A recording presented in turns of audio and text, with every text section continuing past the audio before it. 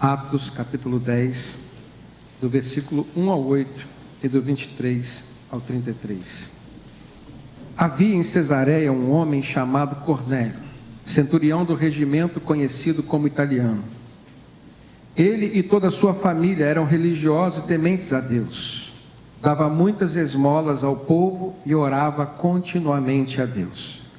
Certo dia, por volta das 3 da tarde, ele teve uma visão. Ele viu claramente um anjo de Deus que se aproximava dele e dizia: Cornélio. Atemorizado, Cornélio olhou para ele e perguntou: o que é, Senhor? O anjo respondeu: suas orações e esmolas subiram como oferta memorial diante de Deus.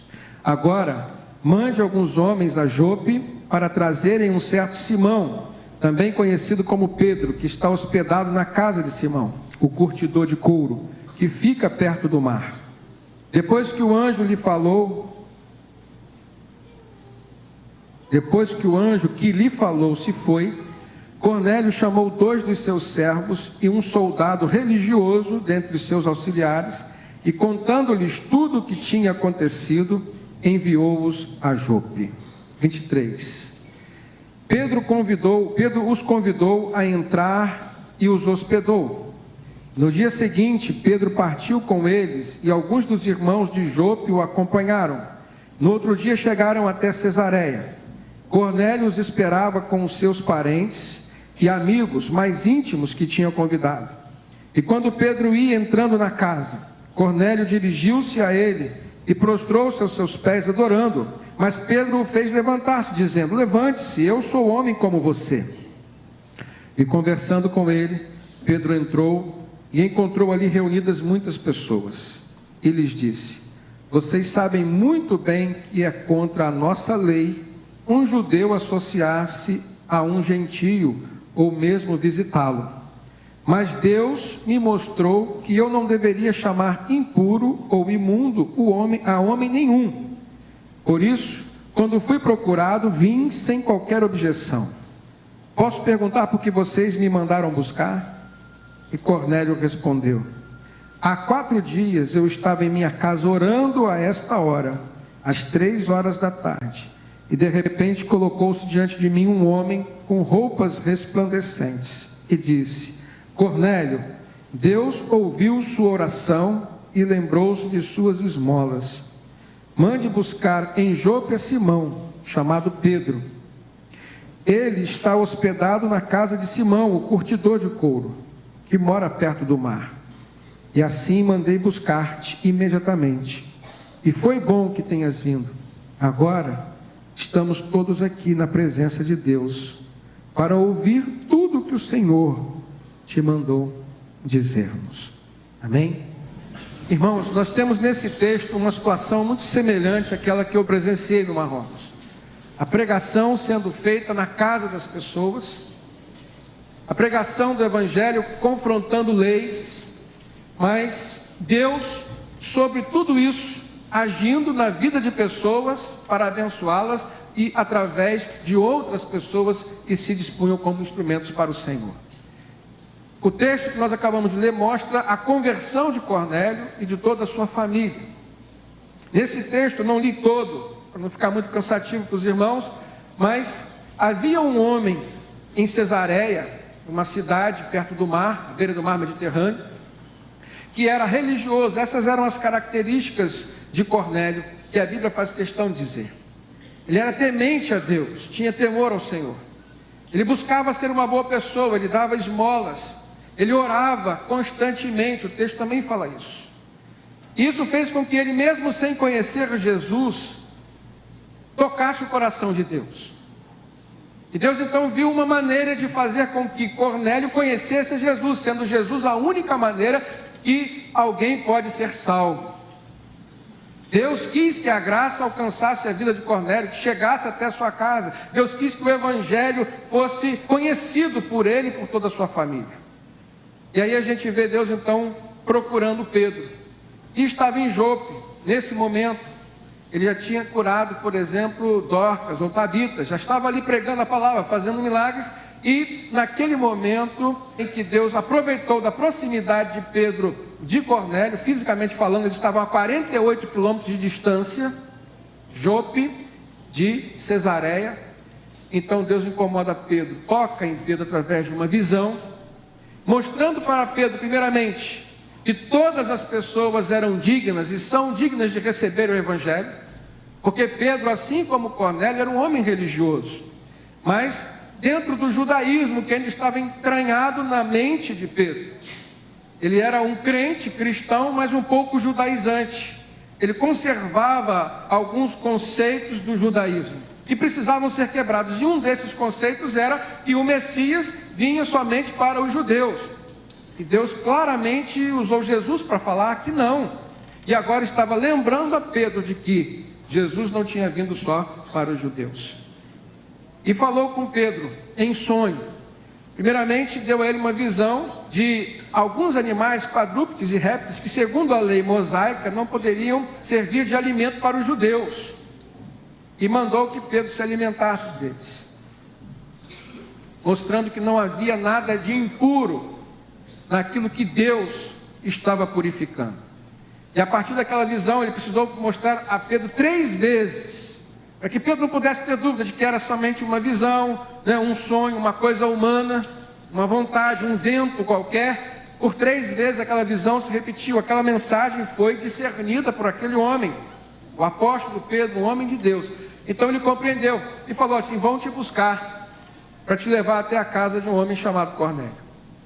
E após aquela visão, bateu a porta da casa onde Pedro estava na casa de Simão, o curtidor.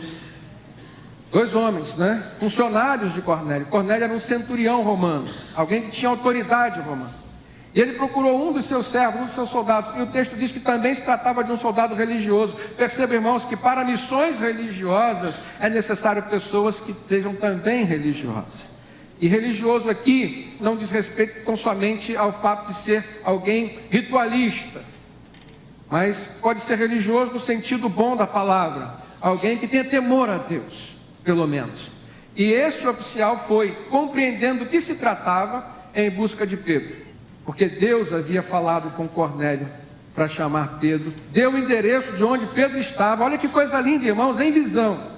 O mesmo Deus que operou na vida de Pedro, operava simultaneamente na vida de Cornélio. Viu a necessidade de Cornélio ser salvo, também foi lá falar com Pedro para ser instrumento para levar o Evangelho na casa de Cornélio. Isso se deu na vida de 2 pessoas religiosas, pessoas que tinham características de serem zelosas, pelo menos no conceito de oração, e parece-me que Cornélio seguia isso, e foi no mesmo momento em que Pedro orava, Cornélio também orava, no momento em que essas 2 pessoas oravam, buscando a Deus, que Deus se revelou para eles.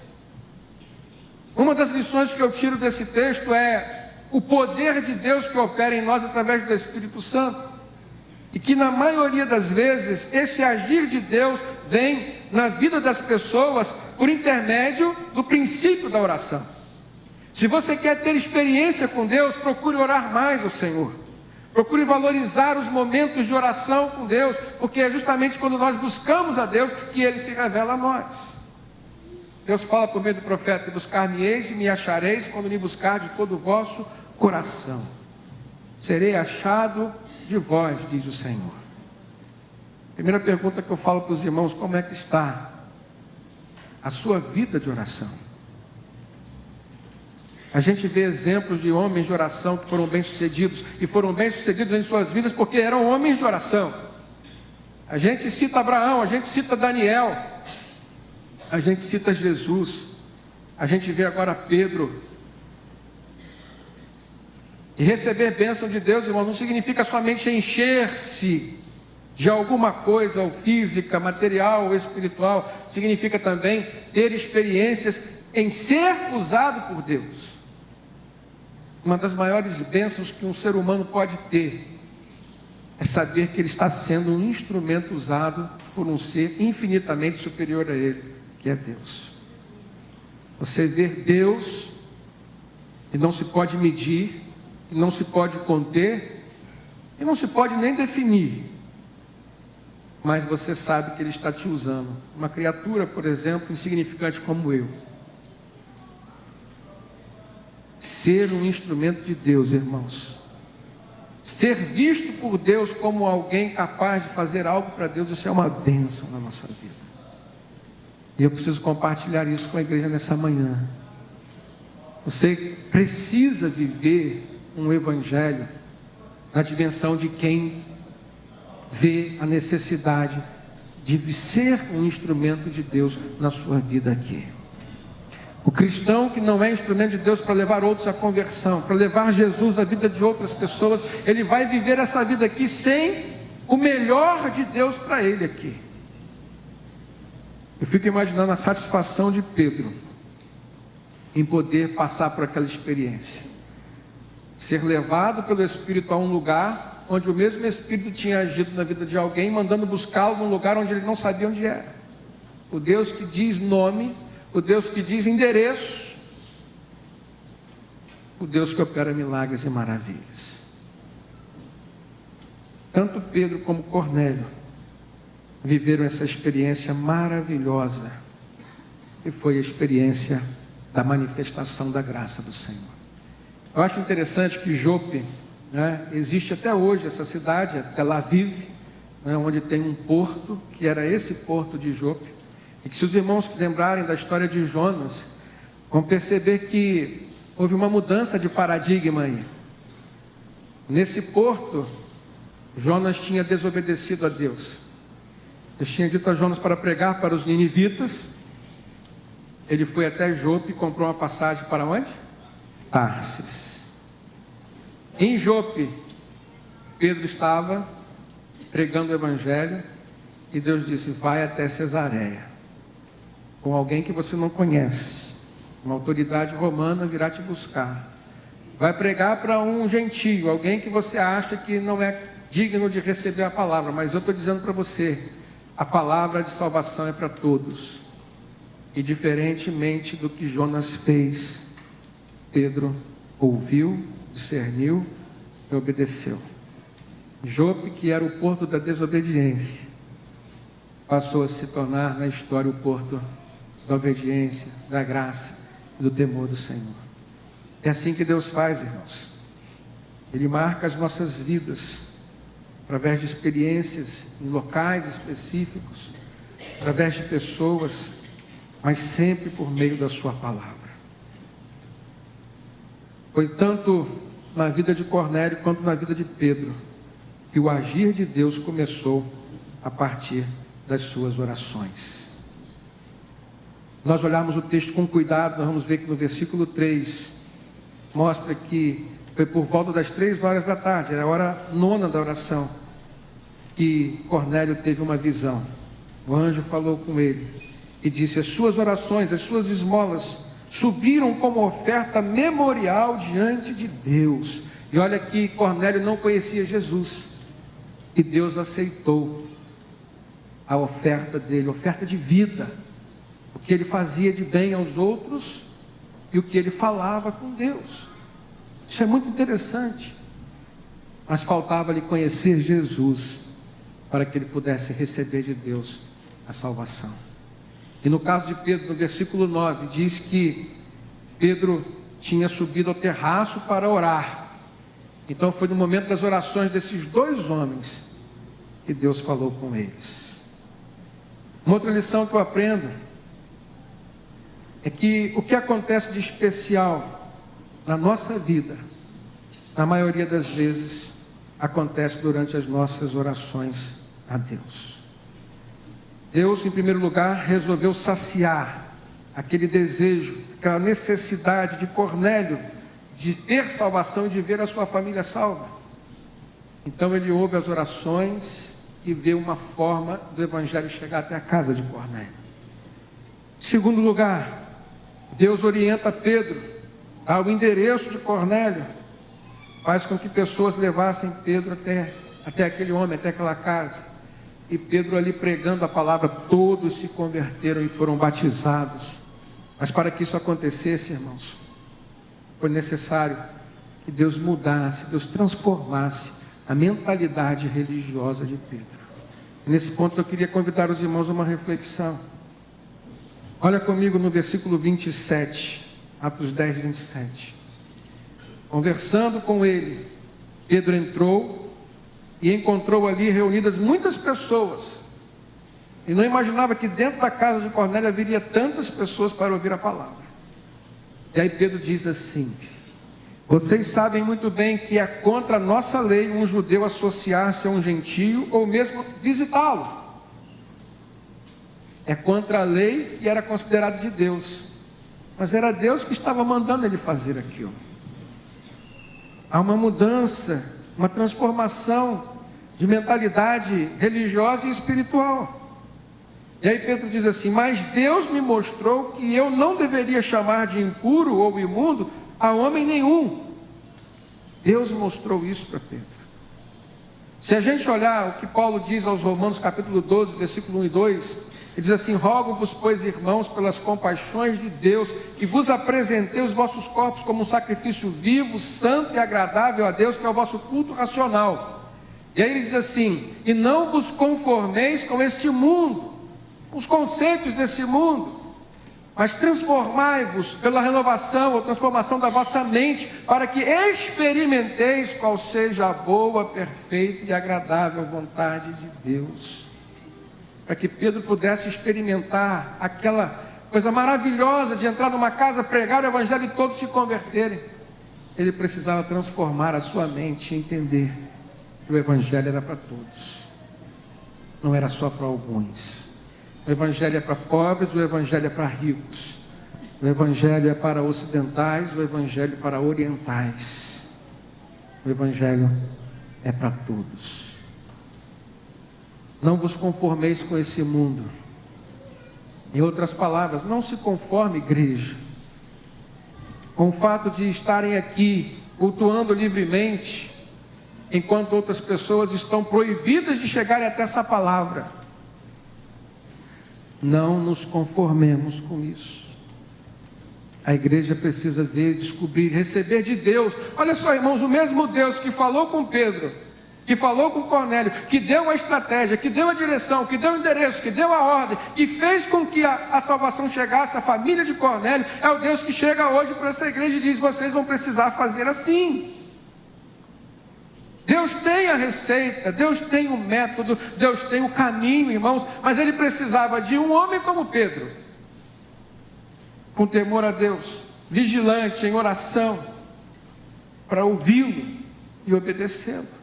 Deus precisa hoje de igrejas formadas por cristãos que sejam assim, irmãos, que em suas orações também estejam disponíveis a ouvirem o chamado de Deus, uma ordem de Deus, a não se conformar, por exemplo, com essa vida confortável que temos aqui, com a segurança que temos aqui ainda nesse país.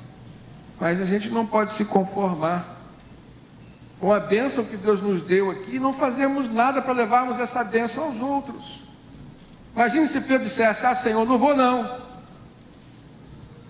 A 48 quilômetros daqui, não sei quem virá me buscar, não sei para onde eu vou. Não. Pedro ouviu Deus falar. Pedro buscou ouvir a Deus, a voz de Deus. A gente precisa disso, irmãos. A gente se vê muito inerte dentro desse processo. A gente só faz o que é fácil para nós, nas coisas básicas. No ensaio de um coral, a gente só ensaia quando está bom, quando dá. Na escola dominical, a gente só vem quando acorda cedo. E é difícil acordar cedo domingo. Tem 2 cultos, 2 pregações diferentes. O pastor está ouvindo Deus falar para transmitir para a igreja. A gente escolhe um, porque 2 é muito. Ou vou de manhã ou vou de noite. Como que você vai tocar o coração de Deus para que Ele fale alguma coisa a você? Cornélio nem conhecia Jesus, mas o jeito dele ser, a sede que ele tinha por ouvir Deus, fez com que Deus falasse a ele através de Pedro. Sabe o que significa? De uma forma muito prática. Muitos dos nossos sofrimentos ainda persistem, porque não temos buscado ouvir Deus falar conosco. Se não buscamos ouvir, como vamos ouvir? Como vamos discernir sua voz? Quero dizer para a igreja nessa manhã: se esforce para ouvir Deus. Primeiramente porque Deus terá prazer em falar com você. Abra seu coração para Deus todos os dias. Não apresente somente as suas aflições. Não seja egoísta. Pedro provavelmente tinha algumas aflições, mas na sua oração ele estava lá disponível para ouvir Deus dizer o que ele tinha que fazer. Sabe por quê? Porque por mais difícil que esteja a sua vida, existe alguém perto de você que está com a vida mais difícil que a tua. E Deus pode te usar para mudar a vida dessa pessoa. Amém? Rogo-vos, pois, irmãos, que apresenteis os vossos corpos como um sacrifício vivo. Enquanto você vive, apresente-se a Deus para ser um culto vivo a Ele. E não vos conformeis com nada deste mundo, seja o conforto, seja a segurança, seja o que for. Não vos conformeis com este mundo, mas aceite a transformação que o Espírito Santo quer fazer na sua vida, para que assim você possa experimentar a boa, perfeita e agradável vontade de Deus. Amém? Que Deus nos abençoe, igreja.